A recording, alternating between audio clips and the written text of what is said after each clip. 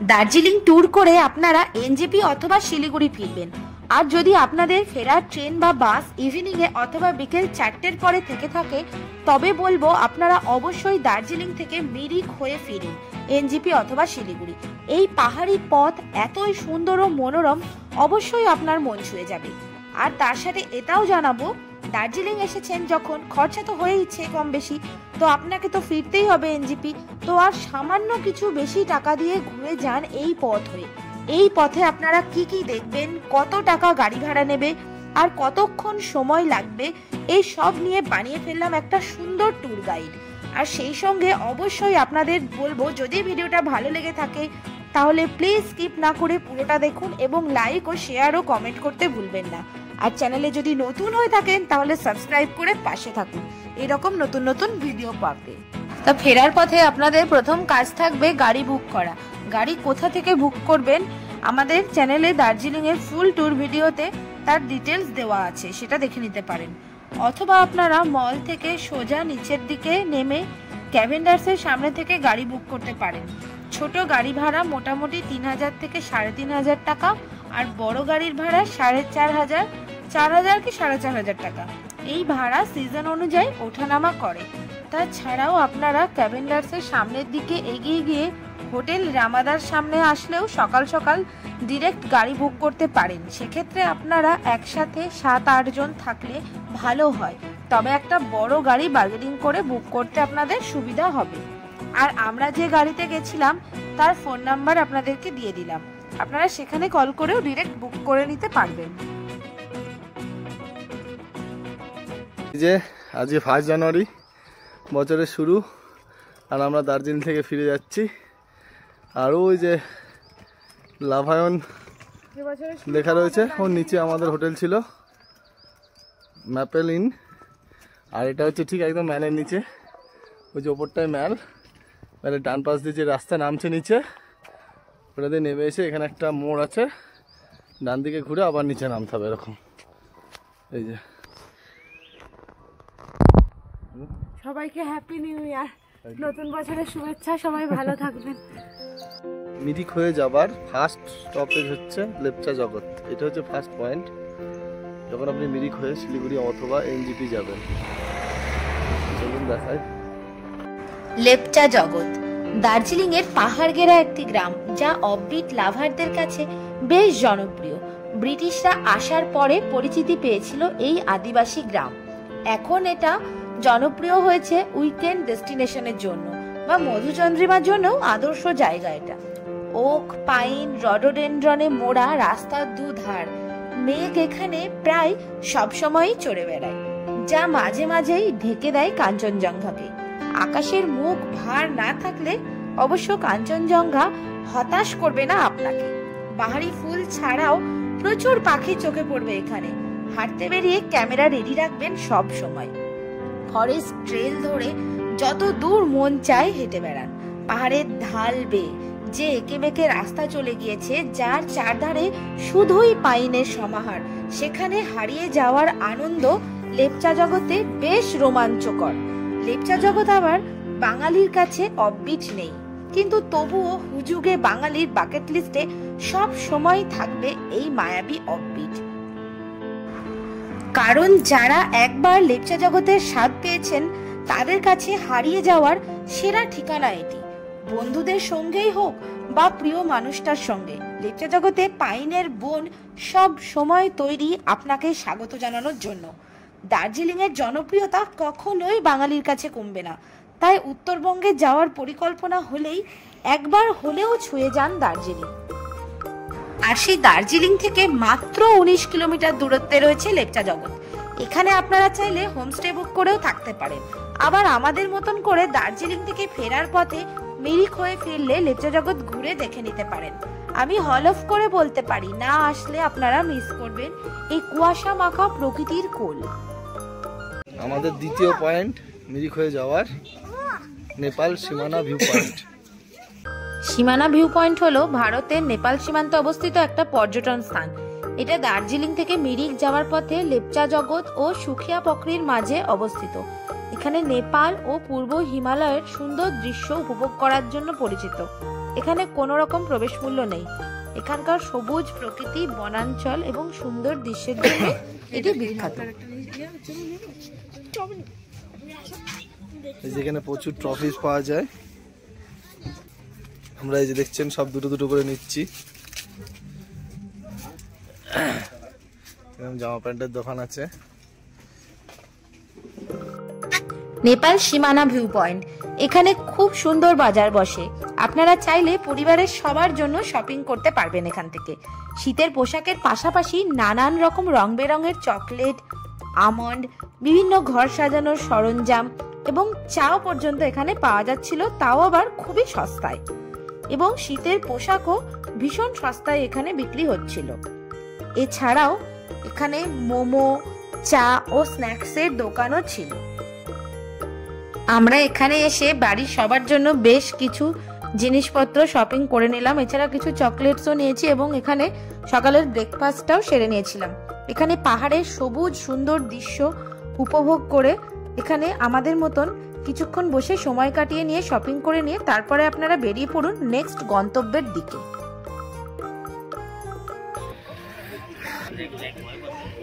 এবার আমরা যাচ্ছি পশুপাতি মার্কেট, পরের পয়েন্ট। কিন্তু এখানে বেশ আগে থেকেই ভিড় হয়ে গেছে। এই যে জাম হয়েছে।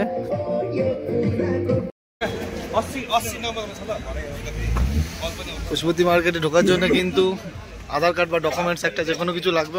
মোবাইলে হলেও হবে। আমি যেমন ড্রাইভিং লাইসেন্স দেখিয়েছি।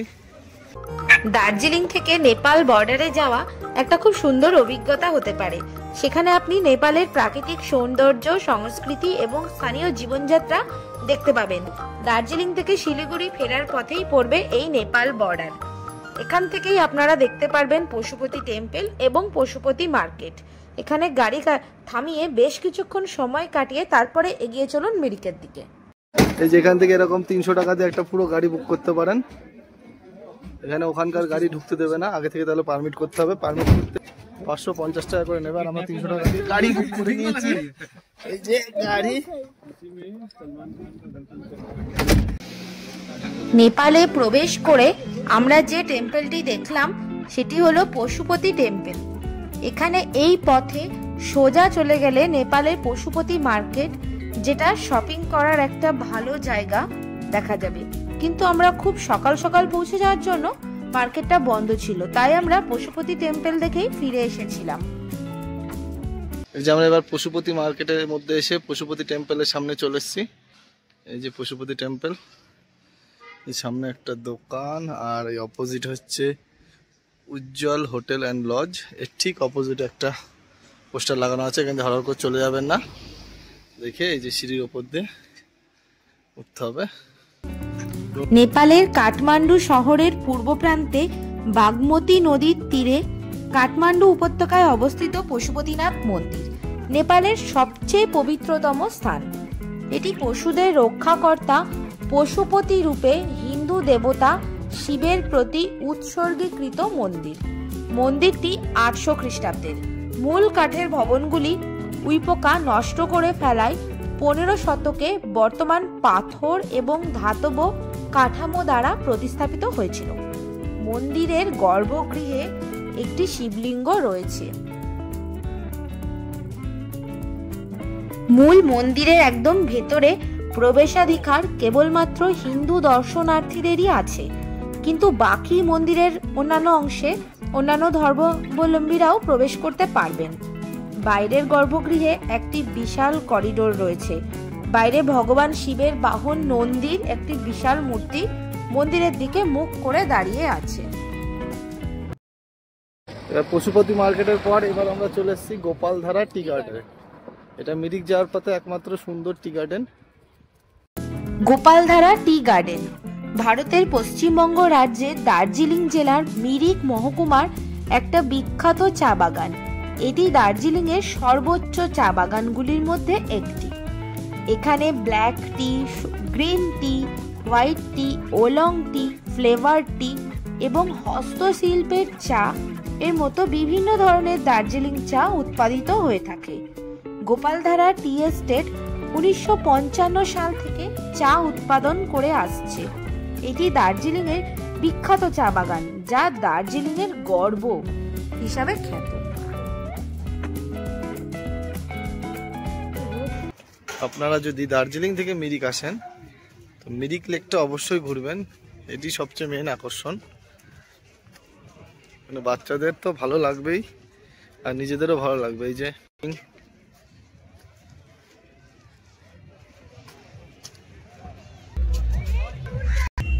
আর আজ তো হ্যাপি নিউ ইয়ার, প্রথম দিন 1 জানুয়ারি। লোকজন পিকনিক করতে এসছে, গান বাজনা বাজছে। চলুন সেই ভাইবটা আপনাদেরকে দেখাচ্ছি। এখানে একটা ফুলের বাগান আছে, এখানে ঢোকার জন্য এন্ট্রি ফিজ রয়েছে। কত এন্ট্রি ফিজ আছে দেখি চলুন। এই যে এখান থেকে টিকিট করে নিতে পারবেন। এক একজনের টিকিট হচ্ছে 20 টাকা করে। এই যে 20 টাকা করে টিকিট করে নিলাম।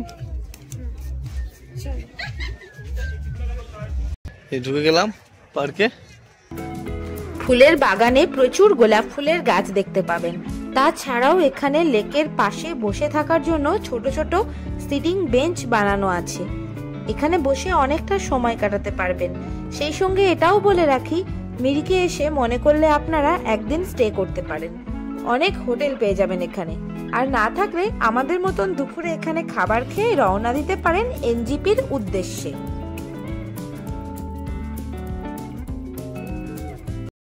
অনেকটা ম্যালের ভাইব লাগছে, অনেকটা ম্যাল মনে হচ্ছে। দেখুন দার্জিলিং এর ম্যালের মতো মাঝখানটা ফাঁকা। এই যে পিকনিক আর 1 জানুয়ারি বলে বক্স লাগিয়ে কত সুন্দর গান বাজনা হচ্ছে।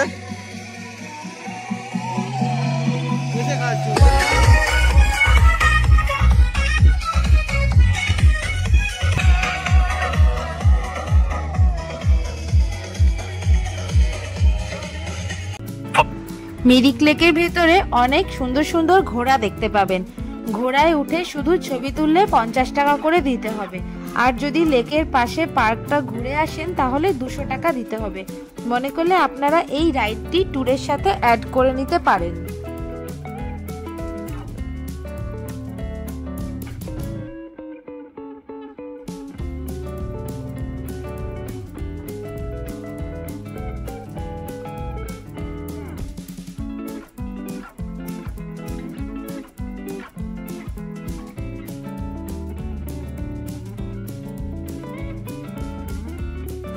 সব শেষে মিরিক লেকের মেন আকর্ষণ হলো এখানকার বোটিং।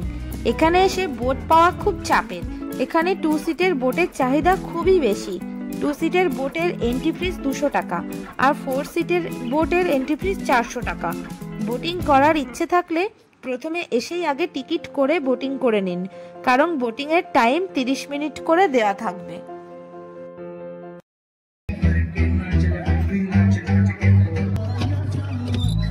আমরা উঠে পড়েছি বোটিং করতে। আমাদের এই 2 ভাইয়ের সঙ্গে দেখা হয়েছে। ডবল বেড ডবল ছিল না, 4 জন করতে হতো, তাই এরাও ছিল 2 জনা, একসঙ্গে শেয়ার করে উঠে পড়লাম।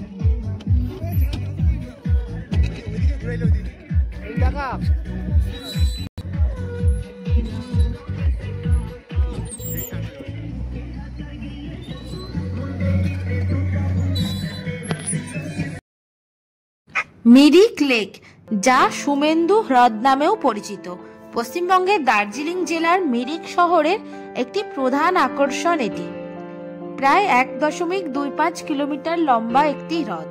হ্রদের উপরে একটি 80 মিটার লম্বা খিলানযুক্ত পথ আছে, যা ইন্দ্রেণী পুল নামে পরিচিত।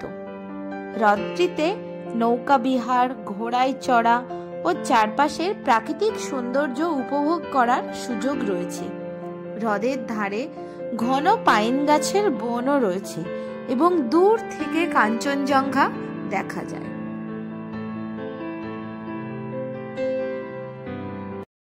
এই যে মিরিক হোটেলে আসলে এখান থেকে আপনারা খেতে পারবেন। এই যে গৌতম রেস্টুরেন্ট, বাঙালি থালি আমরা খেয়ে দেখলাম, ভালোই। 180 টাকা করে 3 থালি, 1 থালি আর কি। আজকের আমাদের দার্জিলিং টু শিলিগুড়ি ভায়া মিরিক ব্লগটি আপনাদের কেমন লাগলো কমেন্টে জানাতে ভুলবেন না। আর ভিডিওটা ভালো লেগে থাকলে প্লিজ লাইক ও শেয়ার করে দেবেন। এবং আমাদের পরিবারের নতুন সদস্য হয়ে থাকলে সাবস্ক্রাইব করে পাশে থাকবেন। আর এই ধরনের ট্যুর রিলেটেড মজার মজার ভিডিও পেতে সাথে থাকুন, সুস্থ থাকুন, ভালো থাকুন। খুব শীঘ্রই দেখা হচ্ছে নতুন কোনো জায়গায় নতুন কোনো ভিডিও নিয়ে। আজকের মতন টাটা।